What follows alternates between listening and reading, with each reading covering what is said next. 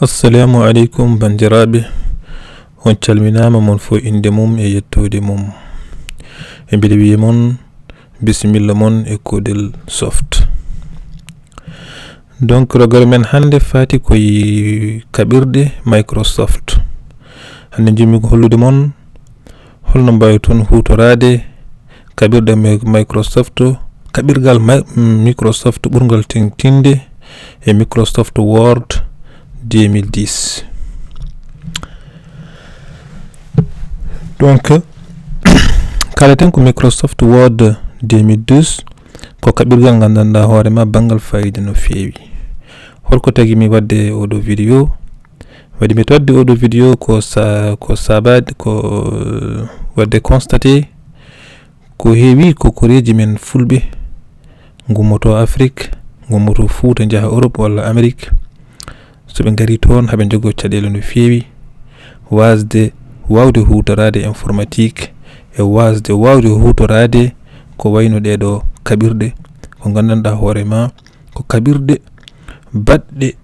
fayida e baɗɗe kadi importance no feewi e nder Europe. Sabu ɗum fulɓe ummotoɓe Fouta, fulɓe ummotoɓe Afrique ene ngara Europe walla Amérique, ɓe ngari toon ko liggade. Pour liggade e ɗeɗo leyɗele tubakoɓe, il faut pewna CV ji, il faut mbawa fewnude ko wayno lettre de motivation ngaji, gueɗe goɗɗe baɗe noon. Ɗum noon so tawi a wawa hutorade ɗeɗo kaɓirɗe ene waɗanma ko wayno blocage seeɗe. Wonta ko ma jaha aɗa ƴeewa yimɓe wawɓe ene pewnanma, kadi eɗen gandi kadi ɗeɗo leyɗele yimɓe ɓe fof ngari ko liggade. Yimɓe ɓe ngala temps no feewi, pinde fuu dawat, so arti tawata kene tampi, walla hay sino tampi so arti wonata koye defde wonande salibatiruji walla woɓɓe ɗum noon ko hunde vraiment wande fayida. Yimɓe mbatta hen hakkillaji mumen, mbawa wallude yimɓe haccudinɓe e ɗeɗo gueɗe. Donc hande kalaten ko Microsoft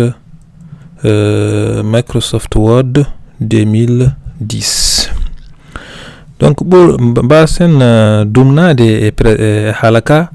Donc puɗɗoɗen tan présentation holko woni Microsoft Office, hayko woni Microsoft Word 2010. Donc présentation de Microsoft Word 2010. Bon, mono e men fof comme no mbinomi ni tan, mono men fof no jogui ordinateur. Kala joguiɗo ordinateur Windows ene wawi jogade, ene wawi kam jogade ngal ɗo kaɓirgal ko wiyete Word 2012. Word 2010 o noon ko version 2010 tan. Ene wawi kadi taw jogui ɗon komo version 2007 o, ene wawi kadi walla ni taw jogui ɗon ko version mo 2003 walla ni kadi version mo 2013 cakkitiɗo yaltude o. Donc so tawi on coodi ordinateur, taw ordinateur ko kesso, ene arda hen. Gardowo hen o noon heewi wonde tan ko pour gandanɗa hoorema délai lebbi tati. So lebbi tati ɗi ɓenni tan o heewi hankkadini ko hollude wonde certaine gatuleji, par ce que kaɓirgal ngal ko joɓetegal, wona gratuit. Donc ɓe mbaɗi ɗum ko pour yimɓe ngara cooda. Donc so tawi noon a yahat coodoya, aɗa wawi yaade coodoya kaɓirgal ngal, ene ardata koye CD. Sa ari a installer CD o tan. Kaɓirgal ngal noon wona Microsoft Word wiyete ko Microsoft Office. Ko nder Microsoft Office dañata Word, dañata Excel, dañata PowerPoint, dañata gueɗe goɗɗe baɗe noon. Kono ɓaade an cukluɗa tan ko Word o pour le moment, kono il faut cooda ko wiyete Office ko, mbaɗa ɗum installé e ordinateur ma o, tan a dañat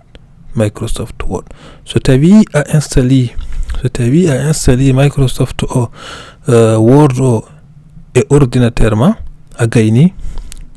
ko a yiyat ko ni fotata waade. Donc mami hollu mon joni so tawi on installé holno wayata. Donc so tawi on installé tan, on garat mi udda ɗeɗo palantaneje monji e ordinateur mono. So tawi joni par exemple jogui ɗon ko ordinateur Windows 2010 ko hen oɗo interface jogordon mun ji less en wadi oɗo bar balejo mun ji ni winda hen rechercher sur le web et dans le Windows so tawi on tappi hen Word tan ay min de wonno mi tappi do Word wonno jogi min bir jogi kabirgal ngal on ji do dow o wadni kam dum affiché neni ko dum do ko ni ngal sifiri ko dum ko ni wayata donc dum do Microsoft Word 2010 min bir jogi dum onon so tawi on installer dum tan ko ni wayata e mon donc so dañi dum on gayni o mi saltam otomo donc so dañi so tawi on dañi kabirgal ngal pour uddide dum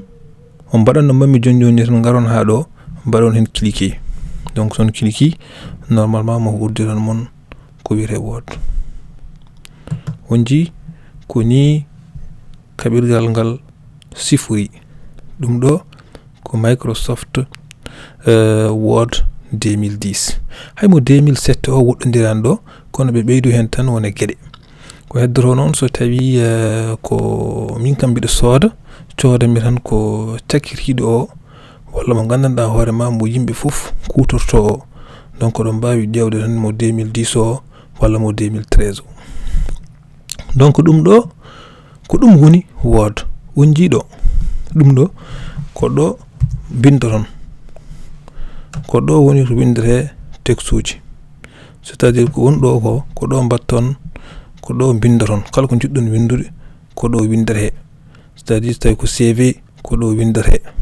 so tawi ko lettre ko do windere heddoto odon jogi kedi gere godde dum do ko won dow do ko ina wiye ruban en français en heewi naforu ni fi parce que pour mbawon gollirade ngal do kabirgal il faut mbadon maîtriser ko woni do ko fof walla kam bon maîtriser mi burtini no feewi odon mbawi andu tan ko coklu don hutorade ko gandon dum ni wona geddan do ni min hoore me meeda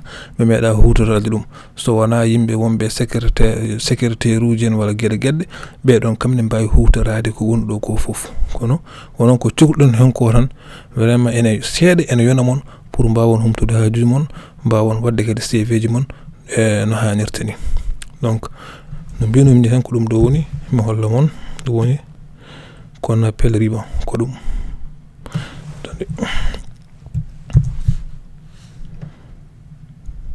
donc dum do fof men studon ji ko bammi do cadre ko do fof wite dum do ko ruban do joni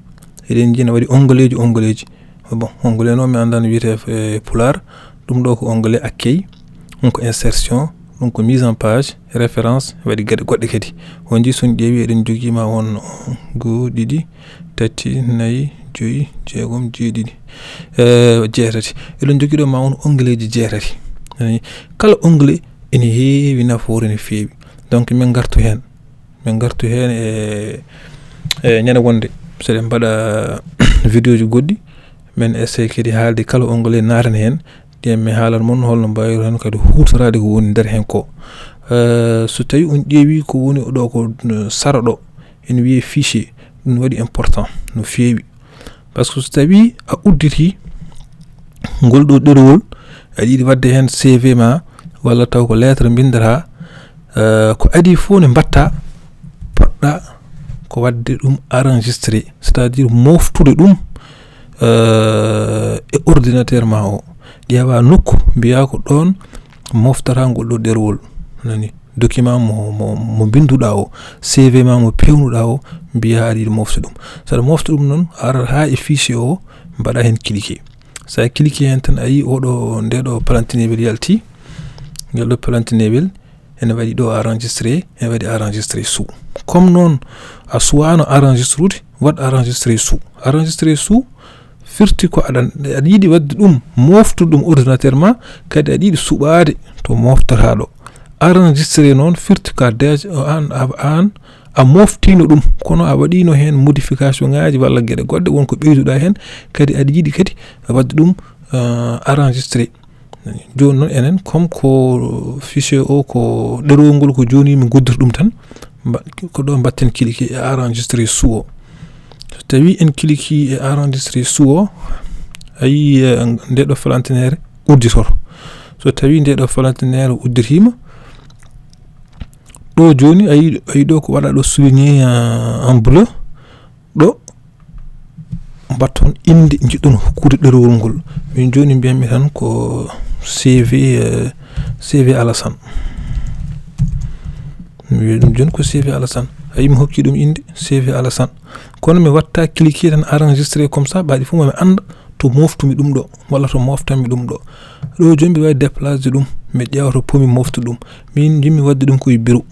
tawi koy bureau jimmi wadde mi wada cliquer e bureau mi wadi cliquer e bureau mi ara non mi wada enregistrer do joni so tawi en guddi goldo derwol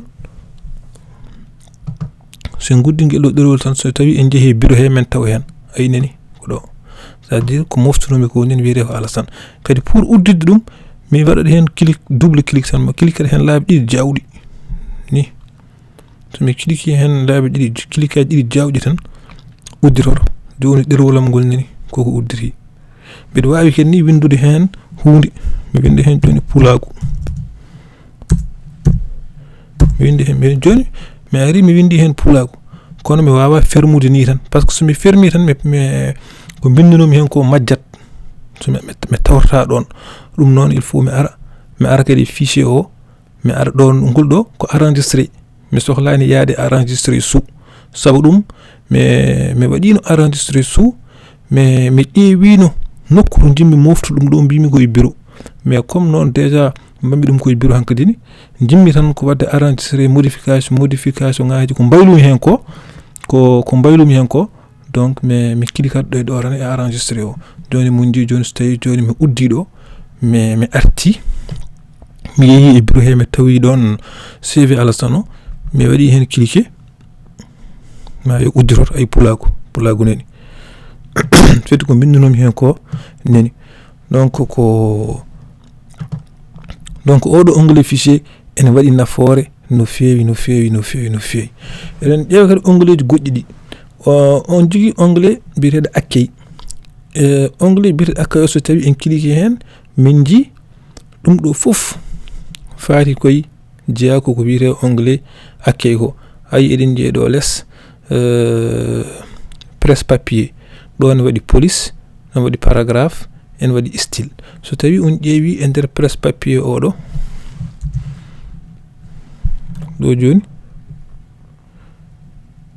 der presse papier o eden jogi par exemple gede kewde ay wayno don siso yelni siso ko way don siso ko ni tan en way do kadi eden mbaawi wadde copie coller eden mbaawi wadde dum do kadi men gartu hen mi haala mon holko nafara so dum ko woni koy presse papier so tawi en ƴeewi e der police holko jogiden hen so tawi joni en ƴeewi joni e der police eden jogi de do gide fof ay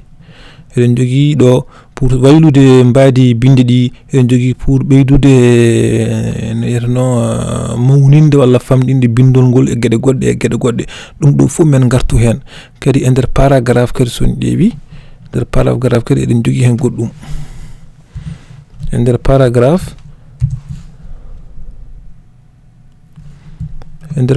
kadi eden jogi kadi gede kadi gandanda horma en wadi faayide no feewi dum do fof woni koy der paragraphe kono gasani ko woni e der paragraphe ko eden jogi kadi goddum sin jigi be do on jigi ko jiron do ko to bammi curseur no jon sen tawi en cliquer hen tan en wadi option ngaaji goddi mais ko di cuudidi sabu dum be mbaawa wadde fof tan do be baddo tan ko heddi ko be baddum do donc so tawi odon cohli goddum taw woni ko der paragraphe ko geldo dum do yel tan ko wondo ko hemba ton cliquer mun ji option ngaaji goddi ma jaltu dum don kadi en woni kadi e der police kadi en jogi hen neni eden jogi hen kadi hedde presse papier kadi style ko même chose ko wondo ko fof woni ko style ay dum do fojjiya koy style do fujja ko style kadi son jidi beydude mbay clique do men dañ option ngaaji goddi pare style donc juste tan pour wiide mon dum do ko en der onglet o do accueil o tan eden mbaawi tan andude ko heewi e ngal do kabirgal en wadi kadi onglet insertion so tawi en mbaɗi kadi cliquer sur insertion ko gotum anani ko gotum ay ɗo jogiɗen ko page so tawi jiɗɗen ko fewnude page o tawi jiɗɗen ko ɓeydude page uji ɗo ko tableau taw jiɗɗen wadde hen ko tableau uji anani ɗo kala ko faari e tableau walla ko faari e photoji en walla graphique uji en ko insertion gar hen walla siɗen jiiɗi wadde lien sadji lien e nder ɗum ɗo men he e nder ɗerowel gonɗen liggade ngol ɗum fof ko ɗo gar hen donc ɗum ɗo fof men gartu hen expliquer ɗum tan no hanirta ni ha mbawon famde ɗum noon pour wasde dumnade vidéo o en dartinat ɗo vidéo o hande ñande wonde noon puɗɗiɗen golle ɗum noon mi salmini mon fo inde mum e yettode mum e mbiɗi wi mon tan yon tinno e pulagu ngu so tawi kadi ko bonande kadi fulɓe wonɓe kadi Canada ɓe yoɓe tinno e DFK hay goto wawa dañde ko ɓuri ɗum yimɓeɓe fof goni ɗo tan ko pour wadde promouvoir gandanɗa hoorema ngol ɗo leñol mono fof no wawiri ni addira pour fulɓe ɓe mbawa yarude yeeso pour kadi leñol men ngol wawa dañde kadi place e aduna o ɗum noon on calminama mono fof inde mum e yettode mum